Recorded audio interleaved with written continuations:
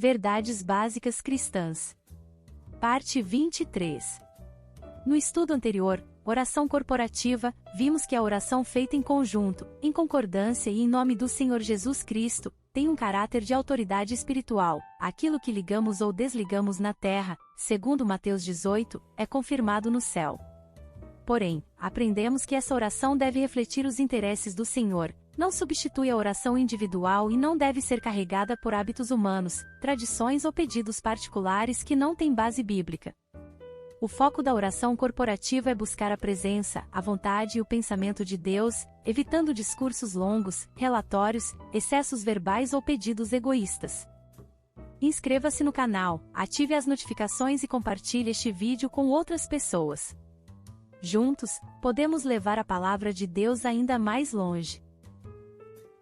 Dando continuidade ao tema de vida espiritual prática, avançamos para a realidade do sacerdócio, que está diretamente ligada à adoração, ao louvor e à comunhão com Deus.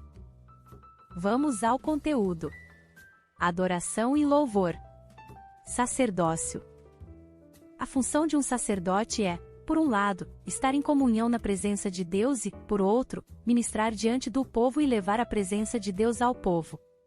Neste aspecto de ministrar ao povo, temos os 5 ministérios mencionados no Novo Testamento.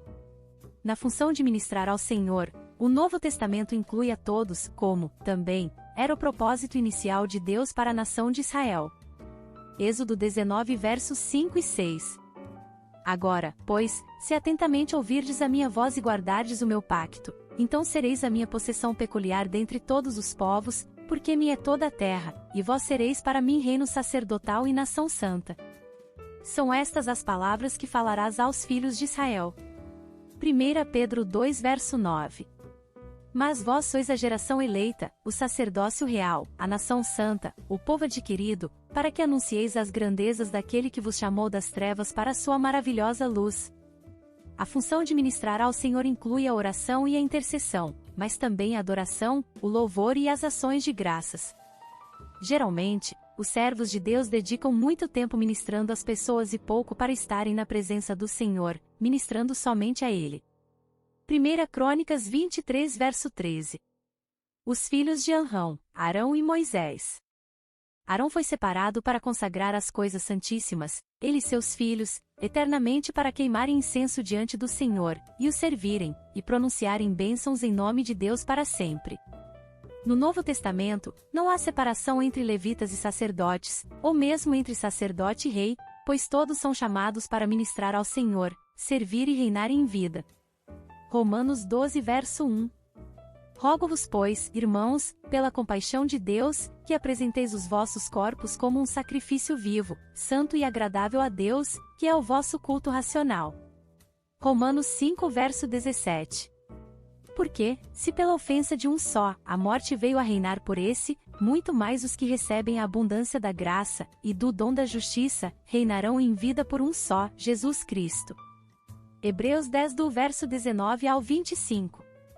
Tendo, pois, irmãos, ousadia para entrarmos no Santíssimo Lugar, pelo sangue de Jesus, pelo caminho que ele nos inaugurou, caminho novo e vivo, através do véu, isto é, da sua carne, e tendo um grande sacerdote sobre a casa de Deus, cheguemo-nos com verdadeiro coração, em inteira certeza de fé, tendo o coração purificado da má consciência, e o corpo lavado com água limpa, retenhamos inabalável a confissão da nossa esperança, porque fiel é aquele que fez a promessa, e consideremo-nos uns aos outros, para nos estimularmos ao amor e às boas obras, não abandonando a nossa congregação, como é costume de alguns, antes admoestando-nos uns aos outros, e tanto mais, quanto vedes que se vai aproximando aquele dia. Um sacerdote é alguém que tem intimidade com Deus e desempenha uma função em sua presença. Ele se torna sacerdote por consagração e unção e, ao se tornar sacerdote, nunca mais deveria deixar de ser sacerdote. Hebreus 9 do verso 6 ao 12. Hebreus 10 do verso 19 ao 23. Muitos querem ocupar as primeiras posições de serviço na igreja e serem apóstolos ou profetas, mas o Senhor busca adoradores, sacerdotes e reis. Para nos tornarmos reis precisamos, antes, nos tornar sacerdotes. Muitos ainda não reinam, porque não ministram ou vivem como sacerdotes. 1 Pedro 2 verso 5. vós também, quais pedras vivas, sois edificados como casa espiritual para serdes sacerdócio santo, a fim de oferecerdes sacrifícios espirituais, aceitáveis a Deus por Jesus Cristo. O que são sacrifícios espirituais? Adoração, louvor e oração, ações de graças, petição, súplica, intercessão e ordenação, batalha espiritual e domínio sobre as trevas.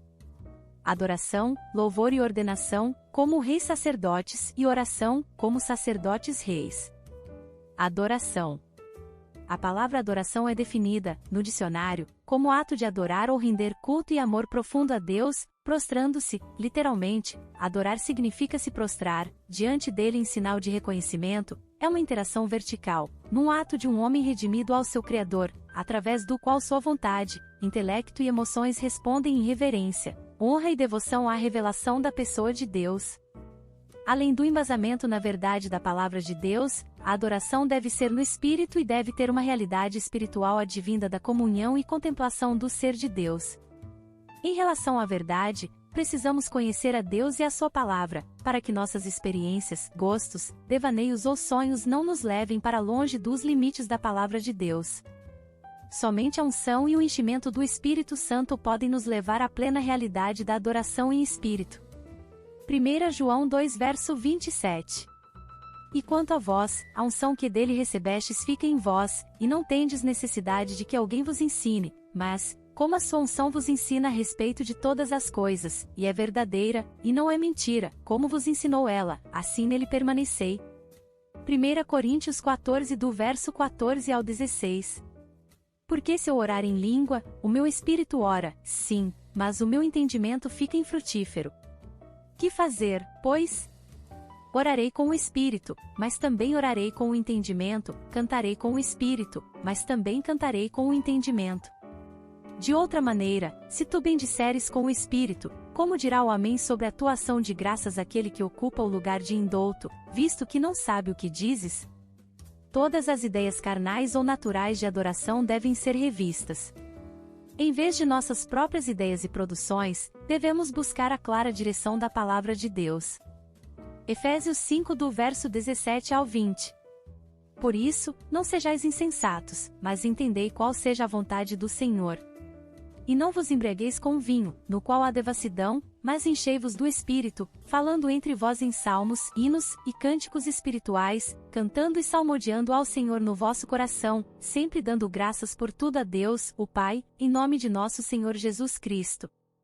A adoração em espírito deve incluir uma nova realidade ou, até mesmo, uma nova linguagem e expressão espiritual. Deus é Espírito, nosso Salvador intercede a nosso favor, e o Espírito Santo habita dentro de nós para gerar essa adoração em, e através de nós, o que não deveria ser tão raro, como parece ser, hoje, em meio à cristandade.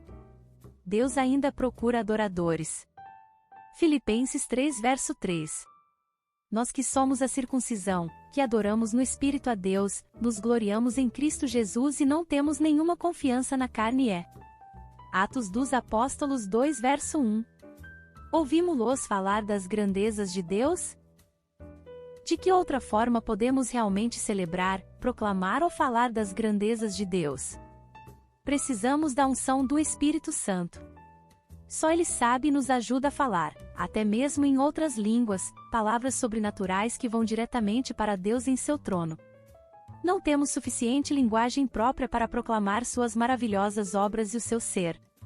Cada cristão deve ser como o tubo de um instrumento musical, mas muitos só se expressam pelo cantar na alma e no espírito, estão entupidos, enferrujados, pela falta de uso, contaminados ou limitados pela interface de música com o mundo, e precisamos deixar que o Espírito Santo sopre em nós, para que possamos profetizar, entoar salmos, hinos e cânticos espirituais, cantando e salmodiando ao Senhor no coração, conforme a instrução apostólica da palavra, sempre por tudo dando graças a Deus. Se cada instrumento espiritual individual não se preparar e não se deixar tocar e afinar, os próprios instrumentos musicais ou a alma ainda acabam prevalecendo e nenhuma sinfonia celestial se forma. A adoração deve nos levar para o trono de Deus, além do véu, para a presença do Deus majestoso, que habita na luz, e que nenhum homem jamais viu, mas que habita em nós, no interior do nosso espírito. Nossa compreensão sobre a adoração tem de se estender além de eventos dominicais com um tempo dedicado a louvor e adoração, como acontece em meio a grande parte da cristandade. Adoração envolve muito mais do que isso. Jesus afirmou que a adoração a Deus deve ser em espírito e em verdade. João 4 verso 24. A adoração se concentra no esplendor, na glória e na majestade do ser de Deus, que criou os céus e a terra e a quem devemos exaltar na sua santidade, mas pode envolver aspectos do louvor, como os atos poderosos de Deus, especialmente a salvação e redenção, sua misericórdia, graça e amor imutáveis, seus atos de livramento em nossa vida, tais como de inimigos ou enfermidades, e seu cuidado providente para conosco, dia após dia, tanto no aspecto material, quanto no espiritual. Obrigada por assistir até aqui, não percam os próximos vídeos. Graça e paz, irmãs e irmãos.